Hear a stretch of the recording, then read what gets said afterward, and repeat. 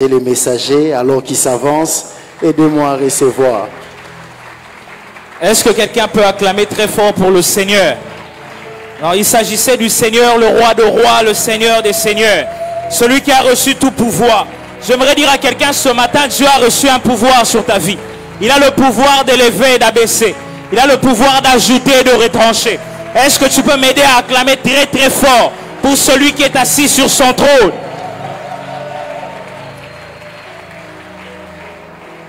Seigneur, je te dis merci pour ce temps. Merci pour ce temps où tu nous mets devant ta parole. Je prie, Seigneur, que tu nous parles, que tu nous donnes la sagesse nécessaire pour transmettre, mais aussi l'oreille attentive pour recevoir ta parole.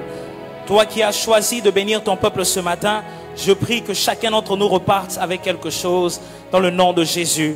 Amen. Nous pouvons reprendre nos places, merci. Est-ce que quelqu'un peut m'aider à saluer son voisin, sa voisine, et lui dire, je suis venu sur la terre pour être une source de bénédiction pour toi. Bien me dit, on ne sait jamais. On ne sait jamais ce que les semaines qui viennent nous réservent. Peut-être que c'est ta voisine qui va t'offrir un travail. Peut-être que c'est ton voisin qui va t'ouvrir une porte. Alors quand nous venons dans la maison de Dieu, soyons heureux de partager ce temps à côté de celui ou celle qui est assis ou assise à nos côtés. Je dis merci à notre Père, le pasteur, pour cette charge, comme le pasteur Michel a dit. Comme je le dis souvent, parler devant les gens, ce n'est pas facile. Mais parler de la part du Seigneur, ça, aucun homme ne peut le faire.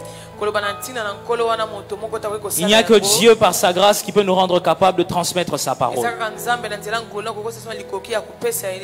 Je bénis Dieu pour ta présence ce matin. La pensée que Dieu a placée dans mon cœur, ce n'est pas vraiment un enseignement. Je ne sais pas aussi si on peut appeler ça vraiment une prédication au sens classique du terme.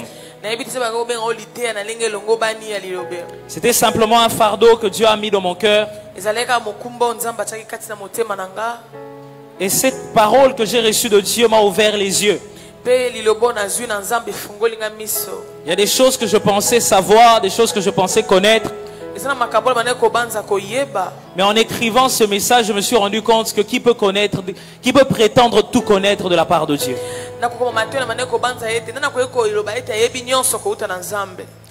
Le thème de ce matin, c'est trouver la foi dans le feu. Trouver la foi dans le feu. Quand on dit trouver, ça veut dire qu'on a d'abord cherché. Trouver la foi dans le feu. Nous allons lire le livre de Daniel, Daniel chapitre 3. À partir du 14e verset. Daniel chapitre 3, à partir du 14e verset. Si nous pouvons avoir nos Bibles.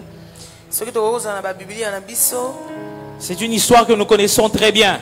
Je pense que même pour ceux qui ont eu la grâce d'être à l'école de dimanche, c'est l'une des histoires que les moniteurs aiment raconter de la part du Seigneur aux enfants.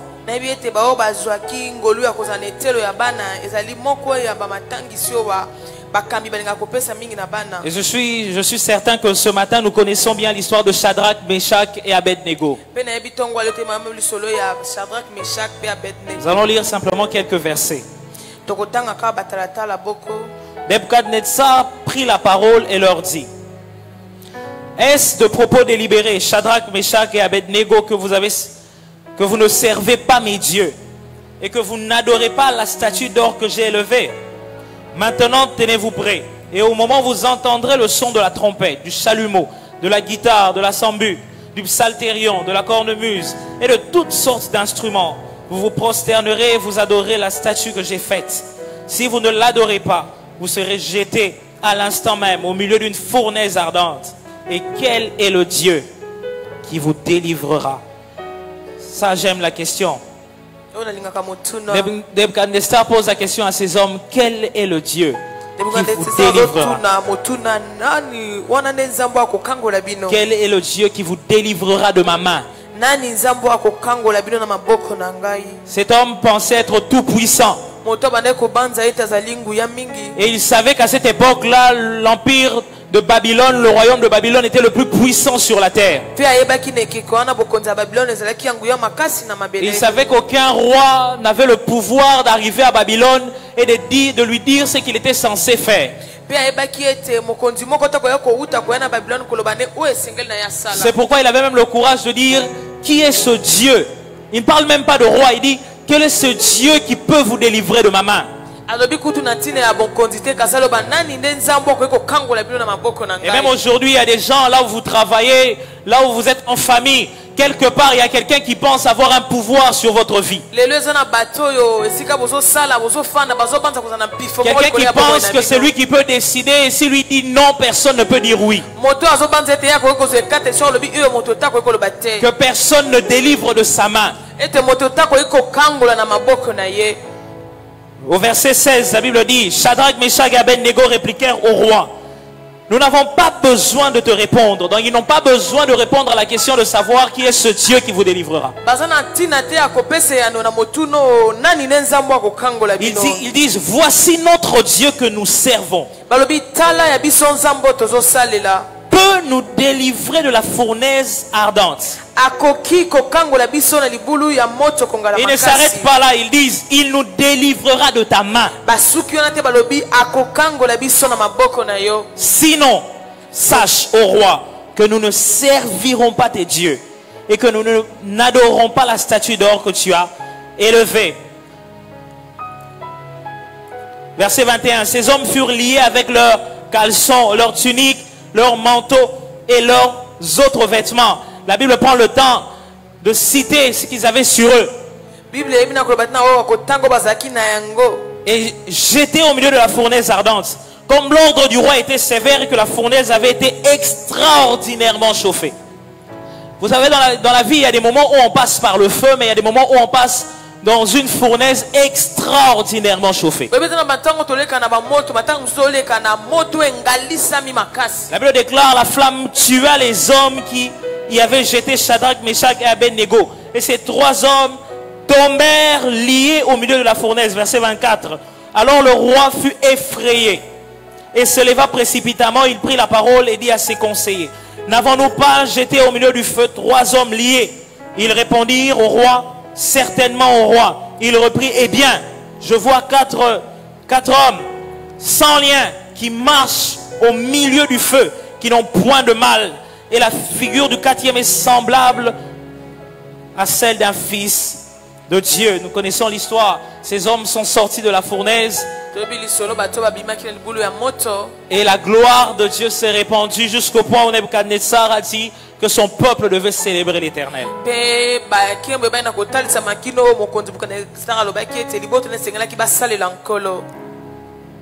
La première question que j'aimerais nous poser ce matin, alors que nous parlons de trouver la foi dans le feu, c'est de savoir qui peut véritablement prédire sa réaction dans le feu.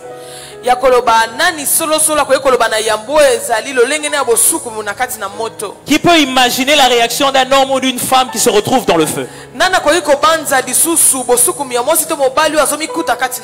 Il y a des moments où il y a des gens qui traversent des temps difficiles, nous les regardons et nous avons comme envie de les juger.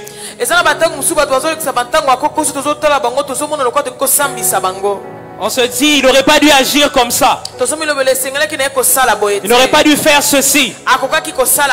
Qui peut véritablement prédire la réaction d'un homme ou d'une femme qui se retrouve dans le feu? La deuxième question que je nous pose ce matin, c'est de dire qui peut véritablement imaginer quelle réaction il aura lorsqu'il sera dans le feu. Ce matin, je pense que personne d'entre nous ne peut dire exactement comment il va réagir le jour où il sera dans le feu. Le jour où il passera par les temps difficiles, personne ne sait véritablement comment il va réagir. Ce message s'adresse à nous tous ce matin. Parce qu'il y a des hommes au milieu de nous, des femmes qui sont déjà passées par un feu. Il y a des hommes, des femmes qui passent par un feu en ce moment. Mais il y a aussi des hommes et des femmes qui passeront dans un feu.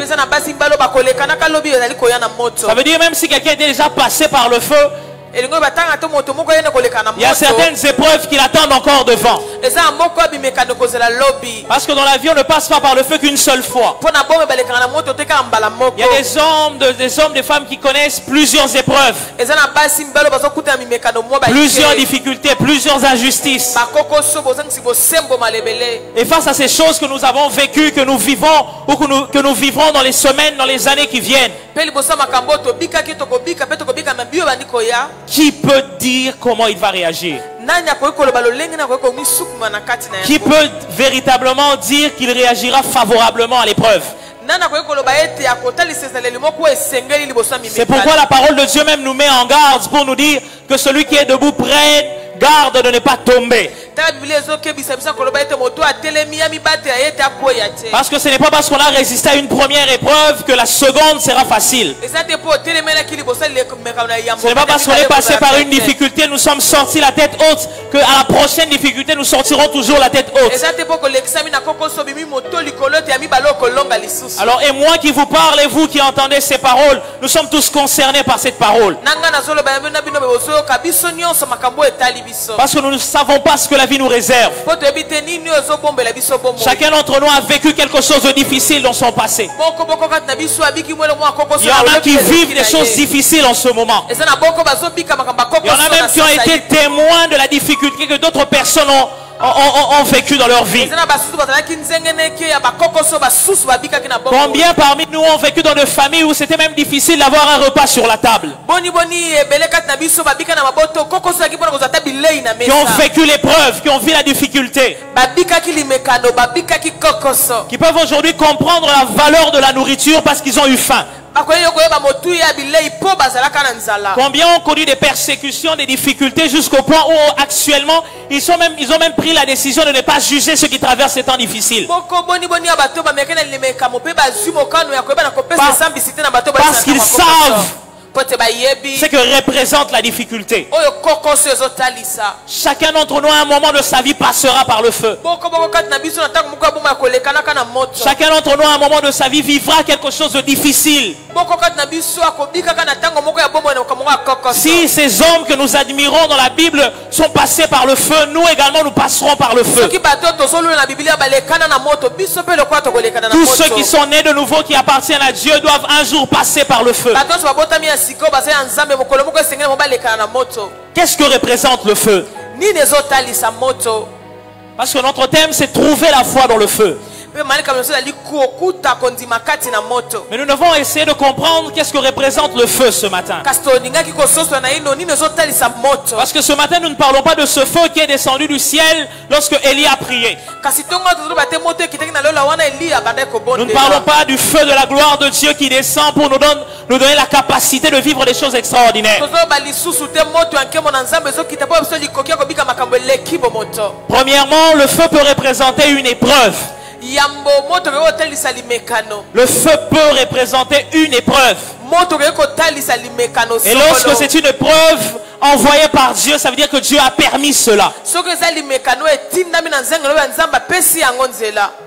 Dans Jacques, chapitre 1er, du 2e au 4e verset, la Bible déclare ceci. Regardez comme un sujet de joie complexe les diverses épreuves auxquelles vous pouvez être exposés, sachant que l'épreuve de votre foi produit la patience.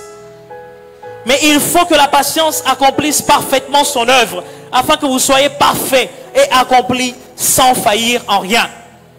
Dans 1 Pierre au chapitre 1er du 3e au 9e verset, un passage que nous aimons, que nous connaissons, la Bible dit: béni soit Dieu le Père de notre Seigneur Jésus-Christ, selon sa grande miséricorde, qui nous a régénérés pour une espérance vivante par la résurrection de Jésus d'entre les morts, pour un héritage qui ne peut ni corrompre, ni souiller, ni flétrir, lequel vous est réservé dans les cieux. À vous, à moi, à chacun d'entre nous,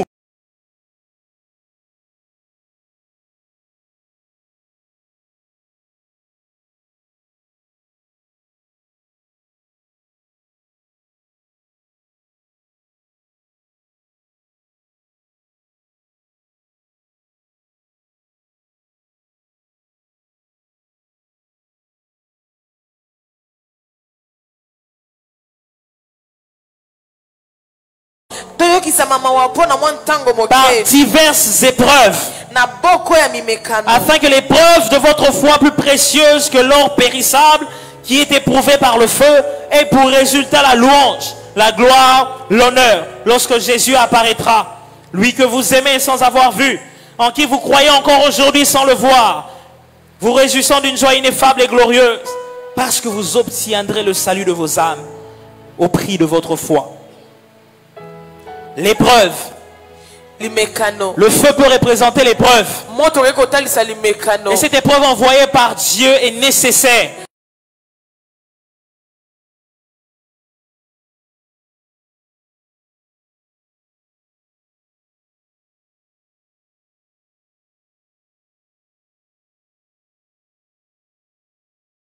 Nous verrons que l'épreuve n'est pas seulement la sécheresse. Nous verrons que dans la parole de Dieu, il y a des gens qui ont été éprouvés par Dieu, mais par la richesse. Parce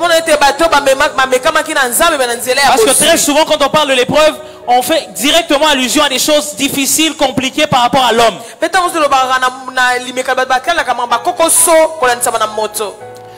Le feu peut représenter également une oppression du diable. Un chrétien peut se retrouver dans le feu parce qu'il est oppressé par le diable. Parce que la Bible nous dit dans 1 Pierre chapitre 5 au verset 9, tenez ferme car votre adversaire le diable rôde comme un lion rugissant.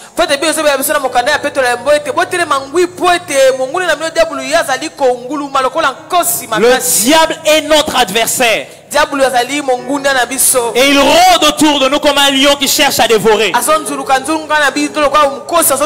C'est pourquoi certaines difficultés que nous rencontrons ne sont pas le produit d'une épreuve venant de Dieu, mais des oppressions que le diable est en train d'envoyer.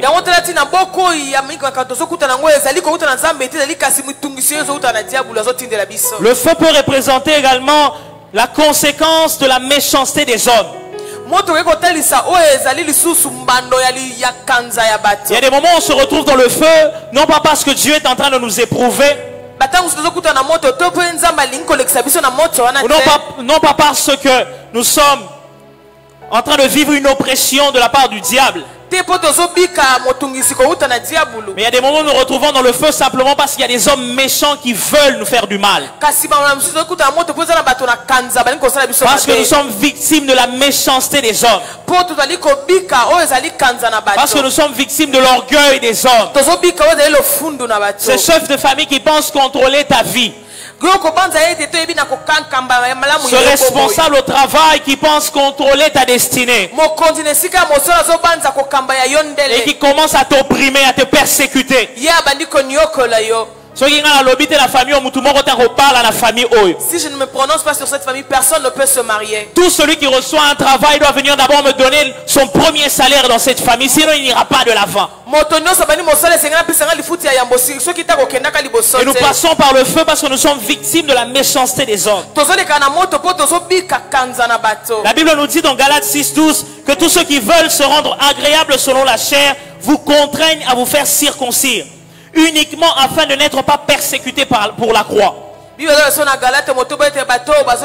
des hommes, des femmes méchants qui oppriment les enfants de Dieu, qui nous poussent, qui nous pressent et qui nous persécutent. Qui veulent exercer sur nous une forme de contrainte. Ils savent que tu es enfant de Dieu, que tu ne peux pas faire cela. Mais ils veulent te pousser à le faire, te pousser à la faute. Et tu te rends compte que tu es en train de passer des semaines, des mois dans le feu. On ne veut plus te payer ton salaire. On te doit de l'argent, mais personne ne veut rembourser cet argent-là. Tes dettes sont bloquées. Tout ça pour te mettre dans une situation difficile, te presser jusqu'à ce que tu acceptes de te compromettre. Shadrach, Meshach et Abednego ont vécu cette situation-là. Le roi savait qu'il ne pouvait pas faire cela. Il ne pouvait pas adorer ses dieux. Il a exercé une pression sur eux. Une persécution. Le feu peut également représenter la conséquence de notre propre faute. Il y a des moments où on se retrouve dans une situation que nous pouvons appeler le feu, une situation difficile, des réalités compliquées simplement parce que nous avons pris des mauvaises décisions. Et vous serez d'accord avec moi que personne n'est à l'abri des mauvaises décisions. Personne ne peut lever sa main ce matin et dire que lui n'a jamais pris et ne prendra jamais des mauvaises décisions. Ça arrive à tous les hommes, à toutes les femmes. Il y a des moments où on se retrouve dans une situation compliquée parce qu'à la base nous avons pris une mauvaise décision. Et nous nous retrouvons dans le feu. Nous nous retrouvons dans le feu. Alors que le feu peut prendre plusieurs formes. Vous serez d'accord avec moi ce matin que chacun d'entre nous s'est déjà retrouvé, se retrouve ou se retrouvera dans une situation qui ressemble au feu. Personne n'est à l'abri du feu. Peu importe où vous vivez. Peu importe le passé que vous traînez derrière vous. Peu importe l'expérience de la vie que vous avez. Le feu attend chacun d'entre nous. Le feu ne fait pas de différence. Les difficultés ne choisissent pas le visage. Avant qu'une difficulté, une épreuve ne frappe à ta porte, elle ne regardera pas ta taille, elle ne regardera pas ton visage. Je disais que lorsque le feu représente une épreuve, le feu devient nécessaire. Parce que cette épreuve est voulue par Dieu. Il y a des moments où nous sommes éprouvés par Dieu lui-même. Et la Bible nous dit que Dieu éprouve ceux qu'il aime et qu'il reconnaît comme ses enfants. Parfois Dieu prend plaisir à nous éprouver. Parfois, comme un père ou une mère est capable d'éprouver son enfant pour connaître sa valeur, Dieu aime nous éprouver. Il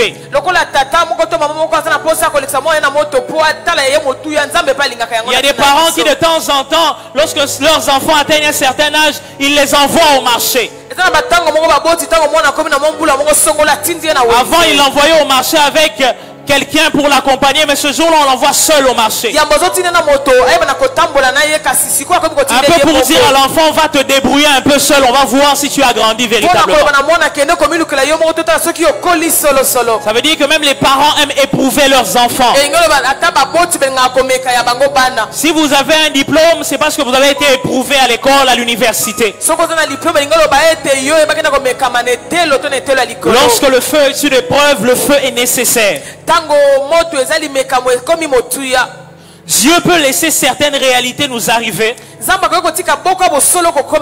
parce qu'il veut nous montrer à nous la qualité de notre foi. Je répète ce que je suis en train de dire. Dieu peut laisser certaines réalités nous arriver parce qu'il veut nous montrer à nous la qualité de notre foi. Dieu connaît nos cœurs. Il sait quelle est la taille de la foi que nous avons. Mais parfois nous en tant qu'humains nous sommes un peu orgueilleux. Passant par notre expérience, on pense avoir une grande foi.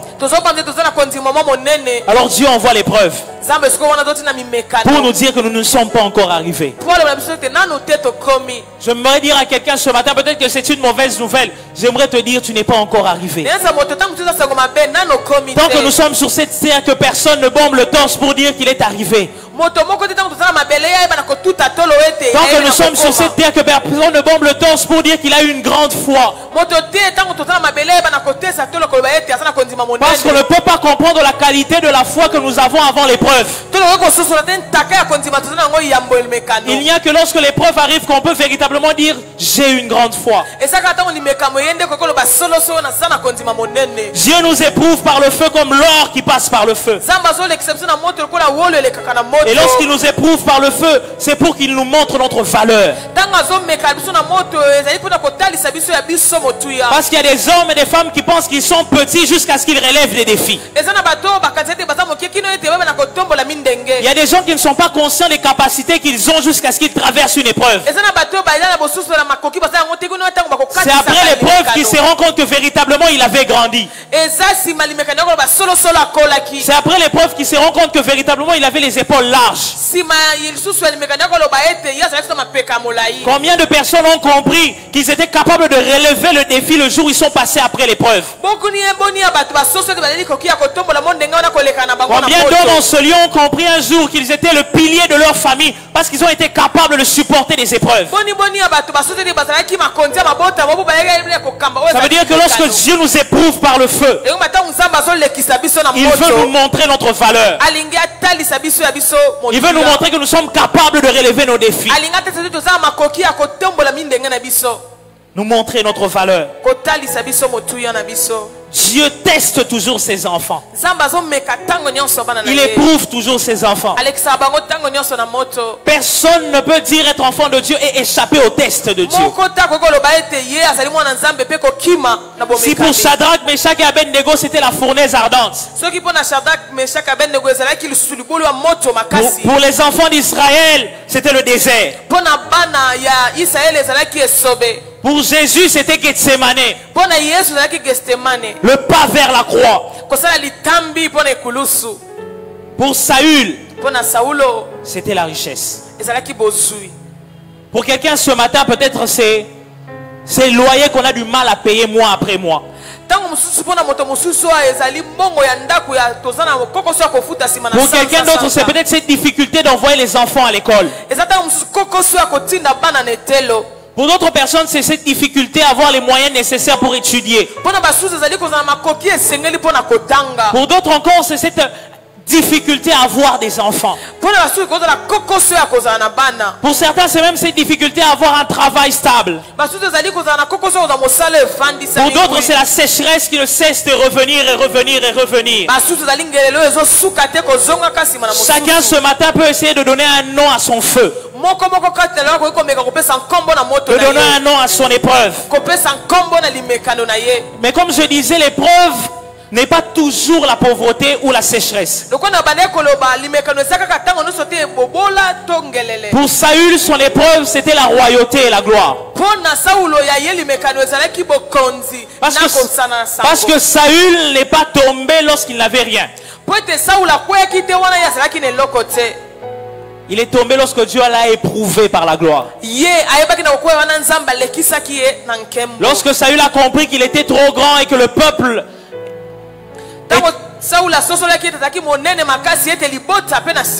était capable de le porter.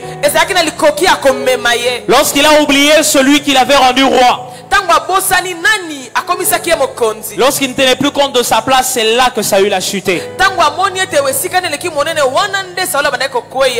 Nous connaissons certainement des personnes qui ont fait naufrage dans leur marche avec Dieu.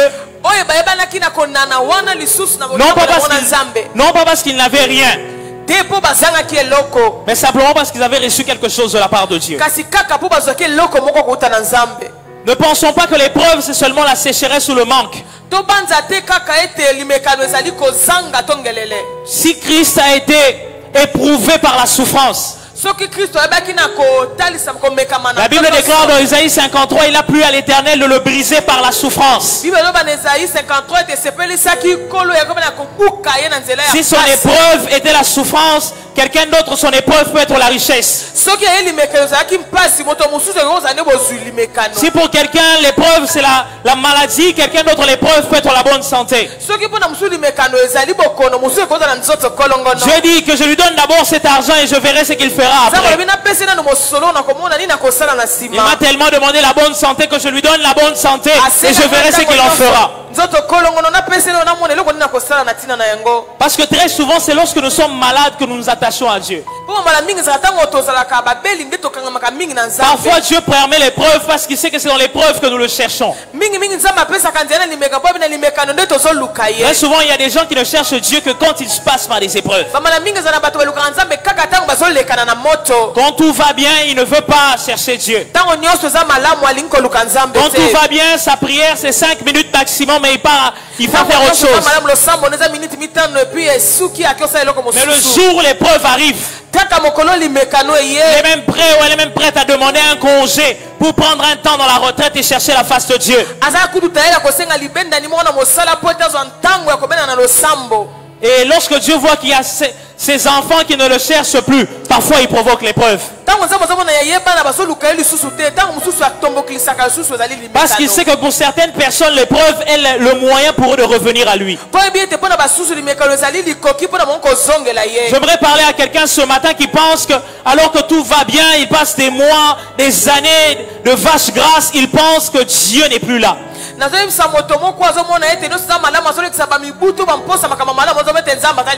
J'aimerais dire à cette personne, malheureusement pour toi, mais heureusement pour toi, Dieu va t'éprouver. Aujourd'hui tout le monde t'acclame, aujourd'hui tout le monde te célèbre. Tu es devenu le centre d'attention de tout le monde. Et tu as oublié qui t'a placé là. Et j'aimerais même me parler à moi et à vous qui m'écoutez, pour dire qu'aujourd'hui la gloire n'est pas encore venue. Quand la gloire viendra demain, comment allons-nous réagir? Aujourd'hui l'épreuve n'est pas encore venue. Nous pensons être plus forts que ceux qui sont tombés. Le jour où l'épreuve viendra, comment allons-nous réagir?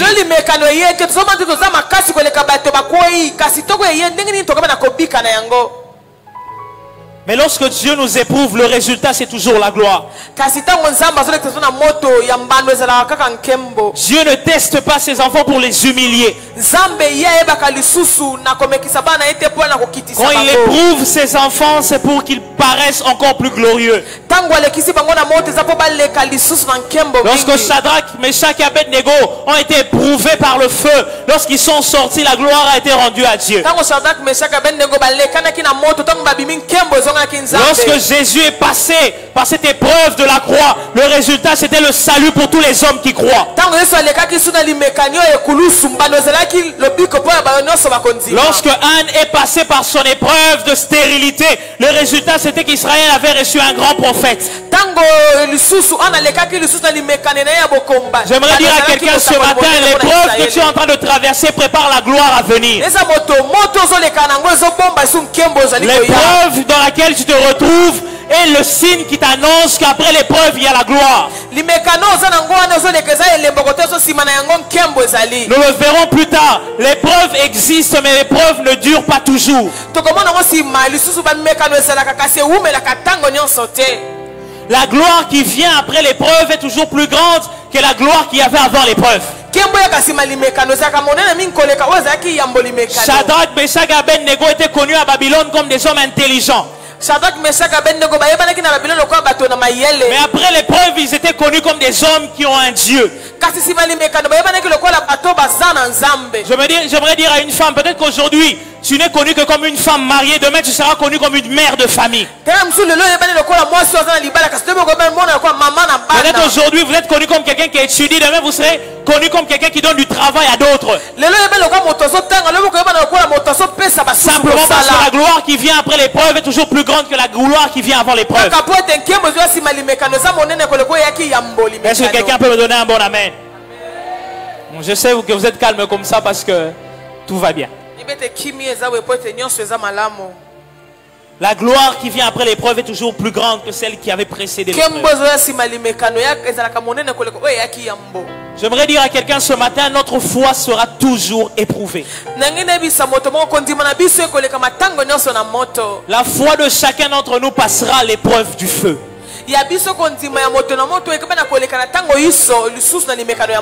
Dans 1 Pierre que nous avons lu au chapitre 1er, le verset 7. La Bible déclare dans la version Semeur: ces difficultés servent à montrer la qualité de votre foi. L'or peut s'abîmer, pourtant on le met dans le feu pour voir s'il est pur. C'est pareil pour votre foi. Elle est plus précieuse que l'or, mais elle aussi est mise à l'épreuve. Alors quand Jésus-Christ paraîtra, vous recevrez honneur, louange, gloire à cause de la qualité de votre foi. Notre foi sera toujours testée. Même si vous avez déjà été testé dans votre foi dans le passé, le test reviendra. Parce qu'avant chaque dimension, il y a un test. Avant que l'enfant que vous avez envoyé à l'école ne passe à une autre classe, il doit passer un examen. Chacun d'entre nous passe un test à un moment donné.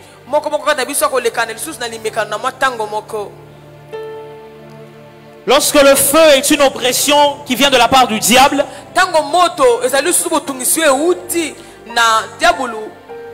nous pouvons compter sur les armes de Dieu. Je nous ai dit tantôt que le feu peut représenter une preuve voulue par Dieu, mais que le feu pouvait également être signe d'une oppression du diable. Et lorsque vous êtes oppressé par une maladie que le diable a soufflé, lorsque vous êtes oppressé par des difficultés, lorsque vous êtes oppressé par des réalités contraires, vous pouvez compter sur les armes de Dieu. Et ce qui est extraordinaire avec la parole de Dieu, c'est que la Bible nous parle d'une arme spéciale. Dans Ephésiens chapitre 16 à partir du verset 10, la Bible l'appelle le bouclier de la foi. Ça veut dire lorsque l'oppression vient dans nos vies, Dieu nous donne le bouclier de la foi. Il nous donne la foi, mais la foi ici représente un bouclier. Nous verrons plus tard pourquoi la foi est présentée comme un bouclier. Pourquoi la foi ici n'est pas une arme comme une épée. Pourquoi on parle de la foi comme bouclier? C'est parce que la foi est l'arme qui nous protège dans l'épreuve. Face aux oppressions, la foi est l'arme qui nous protège. La foi, c'est parfois la seule chose que nous avons quand les temps deviennent difficiles. Parfois, quand les temps deviennent difficiles, même les amis ne viennent plus nous voir. Même les membres de famille ne viennent pas nous voir. Parfois tout le monde nous tourne le dos et nous nous retrouvons seuls avec notre foi. Parfois lorsque l'oppression vient, Dieu veut simplement nous donner la foi comme bouclier. Parce que sans la foi l'homme est nu. L'homme est nu. Simplement parce que Dieu dit que sans la foi il est impossible de lui être agréable. Sans la foi l'homme est incapable de vivre quelque chose de la part de Dieu. Celui qui se retrouve dans le feu et qui manque la foi est semblable à celui qui voit une échelle mais qui n'est pas capable de la saisir. Il ne sortira pas du feu tant qu'il n'aura pas saisi le bouclier de la foi. Lorsque la foi est la conséquence de nos choix ou de nos erreurs, oui, parce que la foi peut être le feu peut être la conséquence de nos mauvais choix et de nos erreurs. Je sais qu'il y a certainement ce matin des hommes, des femmes qui passent par des temps difficiles. Je sais que dans les années, dans les jours qui viennent, il y aura des gens qui passeront par des temps difficiles simplement parce qu'ils auront fait un mauvais choix. Un mauvais choix des partenaires dans les affaires. Un mauvais choix de la personne avec qui habiter, la nièce qu'il faut faire venir à la maison. Peut-être un mauvais choix de la parcelle où il faut aller habiter. Parfois un mauvais choix sur le pays où il faut aller. Chacun d'entre nous, comme je l'ai dit, peut faire un mauvais choix à un moment. Mais lorsque notre feu, notre difficulté est la conséquence de notre mauvais choix, nous pouvons compter sur la miséricorde de Dieu. Simplement parce que Dieu n'abandonne pas ses enfants. Si un père ne peut pas abandonner son enfant, si une mère ne peut pas abandonner son enfant, Et même s'il le ferait, Dieu ne peut pas le faire. La Bible nous enseigne que la colère de Dieu n'est pas plus grande que sa grâce. Tant que la trompette n'a pas encore sonné, la colère de Dieu ne sera pas plus grande que sa miséricorde.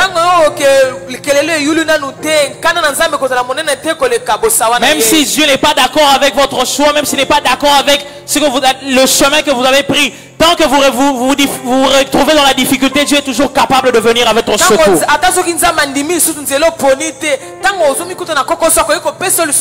Souvenez-vous de cette parabole du berger.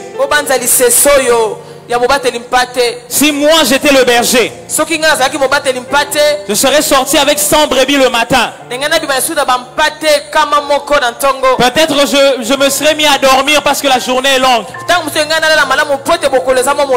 J'ai dit au berger, j'ai fait ma part, je vous ai conduit dans le pâturage. Mangez. À la fin de la journée, je me réveillerai. Et toutes les brebis qui auront résisté à l'ours et au lion, je les ramènerai à la maison.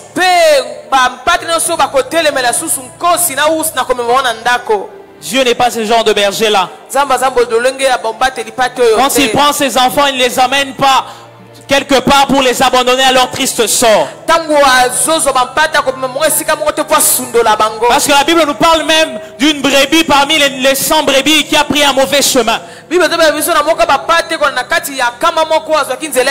a fait un mauvais choix, qui a pris une mauvaise décision, il est allé s'égarer quelque part.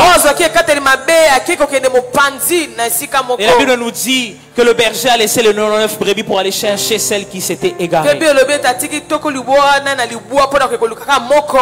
Ce n'est pas que nous encourageons les mauvaises décisions, mais nous savons tous que ça arrive à tout le monde. Comme je le disais, personne n'est à l'abri. Et les conséquences varient selon la gravité de la décision que nous avons prise. Il y a des conséquences qui peuvent être facilement réparées, il y en a d'autres qui ne peuvent pas être réparées. Comme cette jeune fille qui a vécu une mauvaise vie, qui ne voulait pas écouter les conseils des aînés. Qui est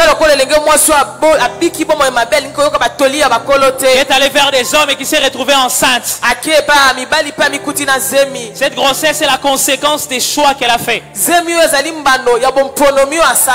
Mais c'est une conséquence pour laquelle on ne peut pas revenir en arrière. Parce que Dieu va pardonner si la personne se repent. Dieu vous permet de continuer d'avancer sur le chemin, mais avec un enfant dans les bras. Dieu ne vous dira pas, puisque je vous ai pardonné, abandonnez l'enfant. Il y a des conséquences, il y a des choix qui ont des conséquences qui sont moins lourdes que d'autres.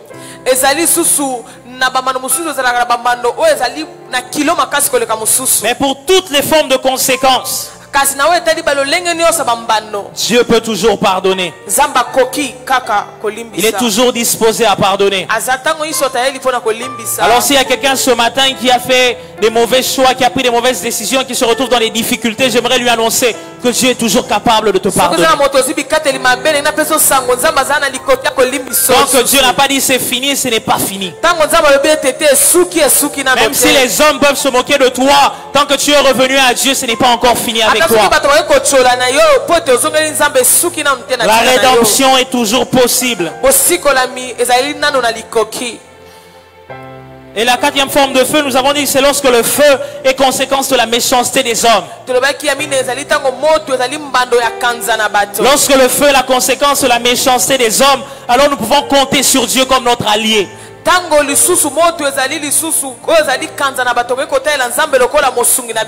Celui ou celle qui se retrouve dans les difficultés parce que les hommes ont été méchants envers lui ou envers elle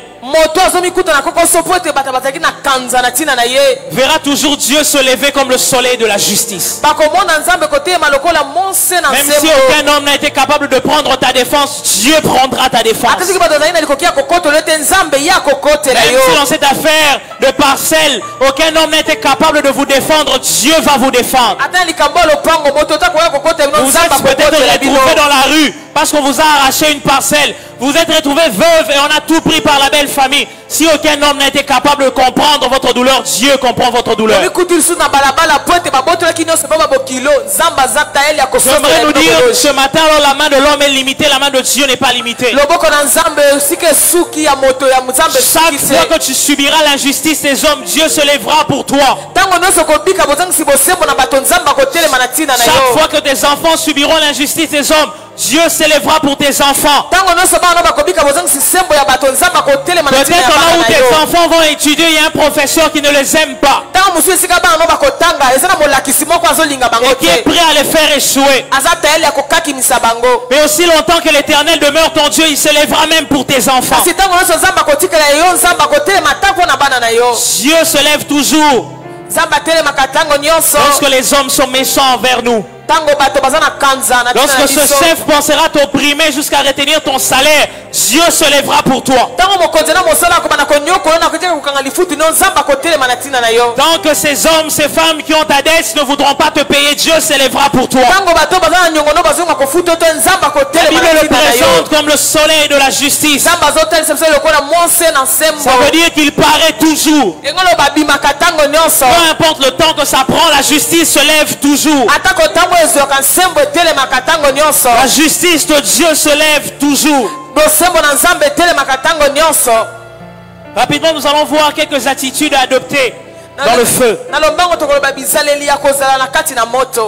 J'aimerais nous dire que même si ce n'est pas facile, même si personne ne peut comprendre la douleur que vous ressentez.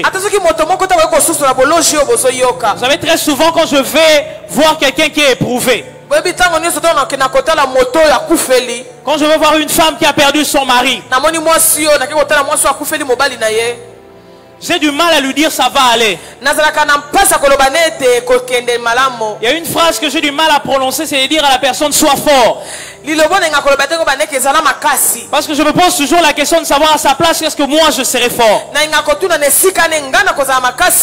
Je me pose la question de savoir si on prenait cette épreuve là, on me l'a donnée, est-ce que je résisterai?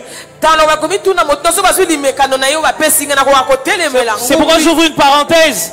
Soit mesurons nos paroles lorsque nous venons consoler les gens. Lorsque nous conseillons quelqu'un qui passe par des temps difficiles, mesurons nos paroles. Parce que ce n'est pas facile. Il n'y a qu'une femme qui a perdu son mari qui connaît la douleur de perdre un mari. Il n'y a qu'un enfant qui a perdu un parent qui connaît la douleur de perdre un parent. Il n'y a qu'un parent qui a perdu un enfant qui connaît la douleur de perdre un enfant. Il n'y a qu'une femme stérile qui connaît la douleur de manquer un enfant. Il n'y a qu'une mère qui connaît la douleur de porter un enfant. Alors si une épreuve n'était pas encore arrivée, mesure tes paroles. Ne sois pas pressé de prodiguer des conseils. Ne sois pas pressé de juger ceux qui passent par l'épreuve. Parce que ce n'est pas facile. Et même si ce n'est pas facile, même si élever des enfants seuls, le mari était décédé, ce n'est pas facile. J'aimerais dire à quelqu'un, même si personne ne peut comprendre votre douleur, alors que vous êtes dans cette douleur, ne donnez pas des leçons à Dieu. Ne donnez pas des leçons à Dieu. Je prie que chacun d'entre nous, le jour il passera par une épreuve, par une difficulté qui ne donne pas de leçon à Dieu. Lorsque nous lisons le livre de Job, nous voyons ce Job qui a dit mon Rédempteur est vivant, il se lèvera le dernier. Mais lorsque je lis le livre de Job, il y a beaucoup d'enseignements que je vois aussi.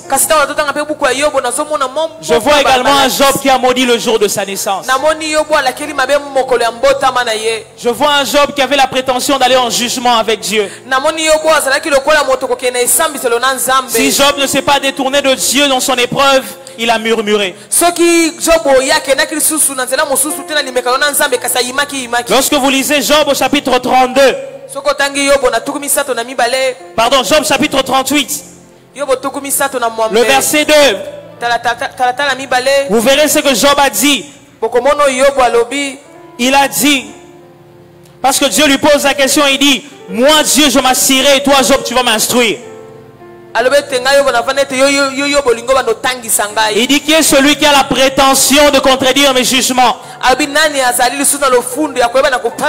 si Job n'a une zame la kovanda yo kopesa nga batoli. Moi je peux m'asseoir et toi me donner des instructions. Je t'ai laissé 38 chapitres où tu étais en train de parler. Il commence à expliquer à Job, il pose la question à Job, où étais-tu lorsque moi je créais le ciel? Savais-tu comment j'avais fait pour placer les étoiles dans les ciels? Mais ce que j'aime, c'est que Job n'est pas resté dans son erreur. Il dit dans Job chapitre 42, le verset 3. J'ai parlé sans le comprendre de merveilles qui me dépassent et que je ne conçois pas. Il a dit qu'alors que j'étais dans mon épreuve, j'ai parlé sans le comprendre des choses qui me dépassent. Dans l'épreuve, si nous ne faisons pas attention, nous risquons de dire des choses à Dieu, des choses qui nous dépassent. Parce que si Job savait ce qu'il attendait après l'épreuve, il n'aurait pas dit ce qu'il avait dit. Mais comme je l'ai dit, nous ne pouvons pas juger Job parce que ce n'était pas facile. Qui pouvait comprendre sa douleur? Il a dit, j'ai parlé sans le comprendre des merveilles qui me dépassent et que je ne conçois pas. Mais il ajoute, mon oreille avait entendu parler de toi, aujourd'hui mes yeux t'ont vu. J'aimerais dire à quelqu'un ce matin, le Dieu dont tu as entendu parler dans ton épreuve, tes yeux le verront. Le Dieu qu'on te prêche sur ton épreuve, tes yeux le verront. Tes yeux le verront. Deuxième attitude à avoir dans l'épreuve, c'est que dans l'épreuve, il faut être vrai.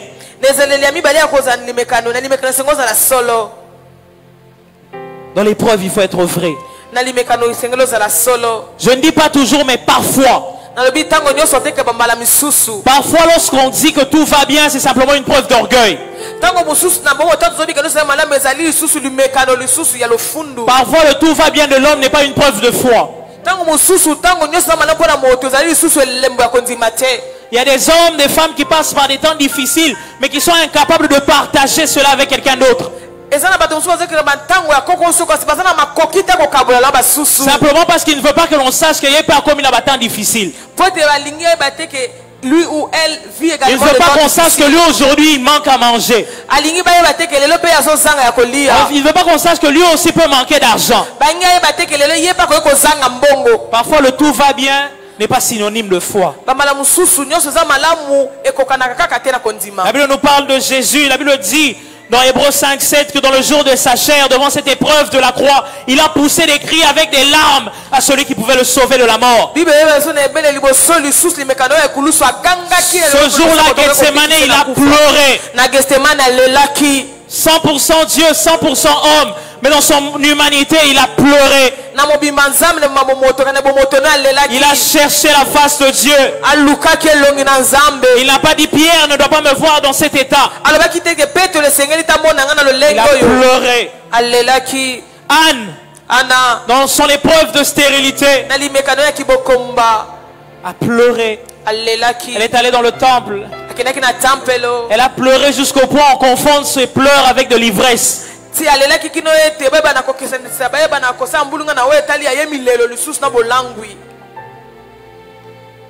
Il faut être vrai dans l'épreuve. Dire à Dieu que ça ne va pas. Même si Dieu sait que ça ne va pas, parfois il aime qu'on le lui dise. Il aime qu'on lui dise ça ne va pas. Il aime qu'on lui dise Seigneur je n'arrive pas à supporter. Il aime qu'on lui dise Seigneur c'est trop dur. Il aime qu'on lui dise Seigneur soutiens-moi. Et une autre attitude à avoir dans l'épreuve, c'est de beaucoup prier. Beaucoup prier. Si tu passes par l'épreuve, La seule chose que je peux te dire ce matin, c'est que va chercher Dieu. C'est dans la prière que tu seras conservé, que tu auras assez de foi pour résister à l'épreuve.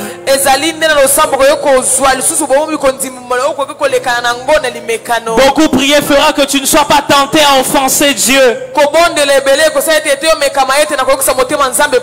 Peut-être qu'aujourd'hui tu ne passes pas dans l'épreuve. Le jour où tu passeras dans l'épreuve, souviens-toi de ces paroles. Prie Dieu. Et je me parle même à moi-même. Le jour où certaines épreuves reviendront dans ma vie, que je cherche le Seigneur.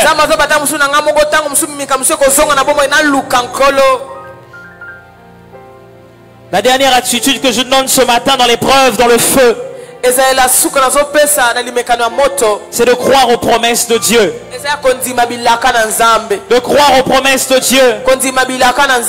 Parce qu'il est certain que celui qui a fait la promesse est fidèle. Vous savez, on croit facilement à ce qu'on a entendu de Dieu dans une vision ou par une voix audible, parce qu'un serviteur de Dieu nous a dit de la part de Dieu. Un serviteur de Dieu peut prophétiser sur notre vie, nous donner une parole de connaissance. Nous recevons cette parole, nous croyons en cette parole. Mais dans certaines épreuves, on commence même à douter de l'homme de Dieu. On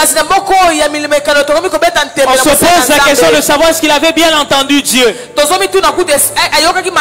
Est-ce que c'était véritablement Dieu qui avait parlé? Mais il y a des moments où on sait que je n'ai pas entendu cela de la part d'un homme. Dieu lui-même m'avait dit qu'il est avec moi. Il y a des moments où les promesses que nous avons reçues de Dieu au travers de sa parole sont plus fortes que la voix d'un homme de Dieu. Dans l'épreuve, attache-toi aux promesses de Dieu. Il t'a promis de te donner ce travail, il le fera. Il a promis de déchirer le ciel, saisis cette promesse et crois en cette promesse.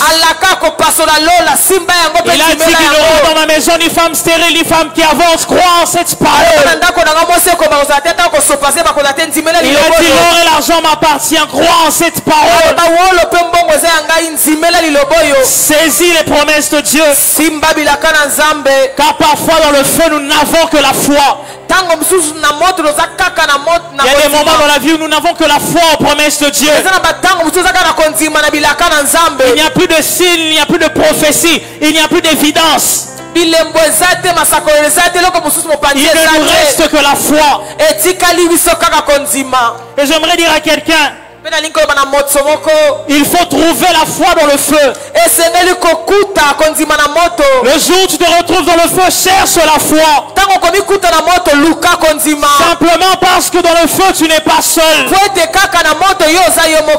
Dans le feu on se retrouve, on voit le Dieu qu'on a choisi de ne pas régner. Shadrach, Meshach, Abednego. Savez que si Dieu n'était pas capable de leur faire éviter le feu, il serait avec eux dans le feu. Mais si Dieu ne te permet pas d'esquiver l'épreuve, il sera avec toi dans l'épreuve. Le jour où Dieu permet des difficultés de t'atteindre, il sera avec toi. Tu ne seras pas seul. Tu ne seras pas seul. J'aimerais encore le redire à quelqu'un dans la fournaise, tu ne seras pas seul. Alors que tu es peut-être seul à élever ses enfants, en réalité tu n'es pas seul. Alors que tu es le seul à prendre soin de tes frères et sœurs, tu n'es pas seul. Le Dieu qui t'a choisi, le Dieu à qui tu appartiens sera avec toi dans le feu. Même lorsqu'au travail, ce chef va t'opprimer, Dieu sera avec toi. Même lorsque ce chef de famille va se mettre à parler et essayer de te maudire, Dieu sera avec toi. Balak a regardé Israël. Il savait que lui était fort militairement, mais qu'il n'avait aucune puissance spirituelle. Il est allé chercher Balaam parce que Balaam, la Bible dit de Balaam que celui qui maudissait était maudit, celui qui bénissait était béni. Mais ce que j'aime avec la parole de Dieu, c'est que de la bouche de Balaam lui-même, il a dit: ce que Dieu a béni, personne ne peut le maudire. Le Balaam qui avait le pouvoir de maudire a confessé que la divination, l'enchantement ne pouvait rien contre Israël. J'aimerais dire à quelqu'un ce matin, les personnes qui te persécutent diront elles-mêmes qu'elles n'ont rien pu faire contre toi. Celui qui est méchant envers toi en réalité est en train de préparer ta gloire. Nous devons trouver la foi dans le feu parce que Dieu a mis une limite à toute chose. Le jour existe, mais la nuit existe également. Dieu a mis une limite à toute chose. Salomon pouvait dire dans Ecclésiaste chapitre 7, chapitre 8, il y a un temps pour toutes choses. J'aimerais dire à quelqu'un ce matin, il y a un temps pour l'épreuve, mais il y a aussi un temps pour la gloire. Le désert peut paraître long, mais le désert a une fin. Même si tu fais 40 ans dans le désert, dans le pays promis, tu ne feras pas 40 ans.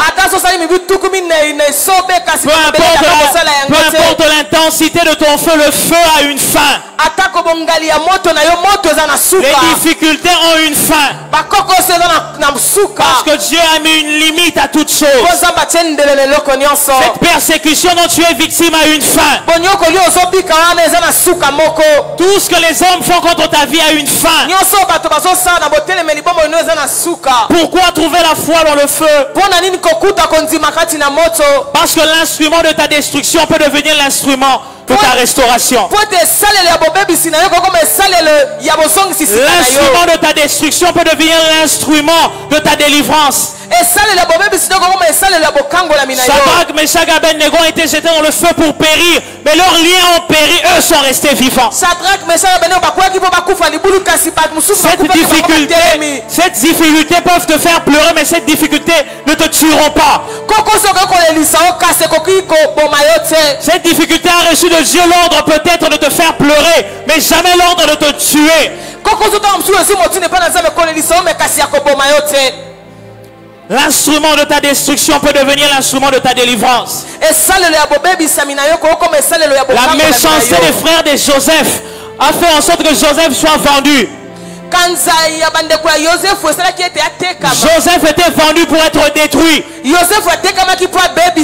Mais il ne savait pas qu'ils étaient en train de lui fournir le transport vers la royauté.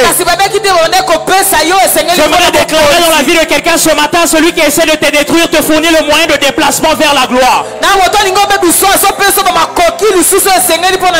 Celui qui est en train de te pousser à quitter ce travail-là, en réalité est en train de te nommer PDG quelque part.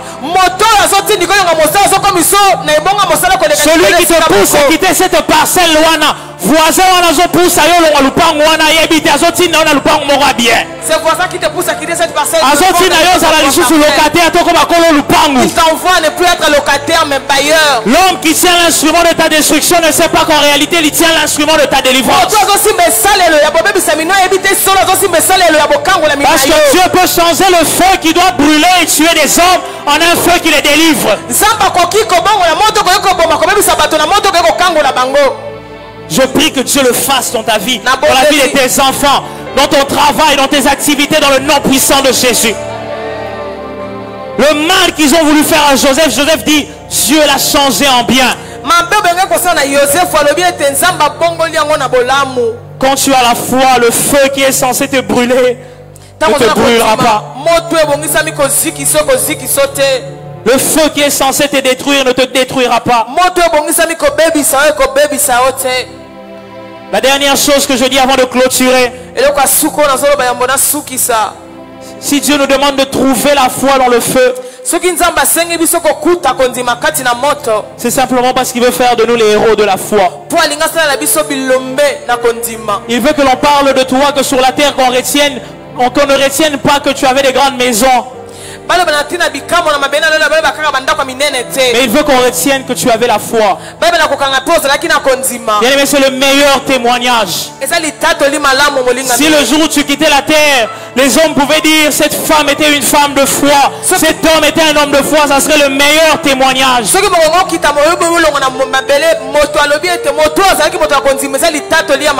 Le Abraham qui a quitté son pays avec rien d'autre que ce que lui avait comme bien sa femme, et ses troupeaux. Est devenu le père d'une multitude parce qu'il a pris un risque avec Dieu. Il a pris le risque de croire dans l'épreuve qui était la sienne. Ces hommes qui sont cités dans Hébreux chapitre 11, on les appelle les héros de la foi. On ne les appelle pas les héros des pleurs, mais les héros de la foi parce que dans le feu, ils ont eu la foi. Si on a retenu l'histoire de ces hommes, c'est parce qu'ils ont eu la foi. J'aimerais dire à quelqu'un, on retiendra ton histoire parce que tu as la foi. Les hommes parleront de toi parce que tu auras la foi dans tes épreuves. Nous parlons de chercher la foi parce que nous parlons de trouver la foi parce qu'il faut chercher. Chercher signifie que ce n'est pas une évidence forcément. Ça veut dire que parfois on a du mal à trouver la foi dans les épreuves. On a du mal à trouver la foi dans le feu. Et même si c'est difficile, ce n'est pas impossible. Je voudrais parler à une femme, trouve la foi. J'aimerais parler à un homme, trouve la force de croire encore. J'aimerais parler à chacun d'entre nous, même pour les épreuves qui nous attendent devant, que Dieu nous donne la force de croire encore en lui. Qu'il nous donne la force de croire. Parce que même si nous sommes nés de nouveau, même si nous sommes une nouvelle création, la chair nous fera douter. Nous pouvons toujours être la cible du doute, de la dépression, du découragement, de l'impatience, du désespoir. Il y a même des hommes, des femmes qui souffrent de maladies psychosomatiques à cause des difficultés.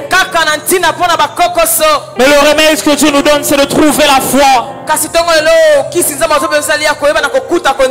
Si nous pouvons trouver la foi, parce que nous ne sommes pas seuls. Parce que nous ne sommes pas seuls. Parce que Dieu est avec nous. Parce que Dieu est avec nous. Il a dit à Josué, je serai avec toi. Il a dit à Moïse, je conduirai moi-même ce peuple dans le désert. Moïse a dit, si tu ne marches pas avec nous, ne nous laisse pas partir. Parce qu'il savait que le meilleur allié dans le désert, c'est l'Éternel. J'espère que ce matin, de la part de Dieu, nous avons reçu cette pensée.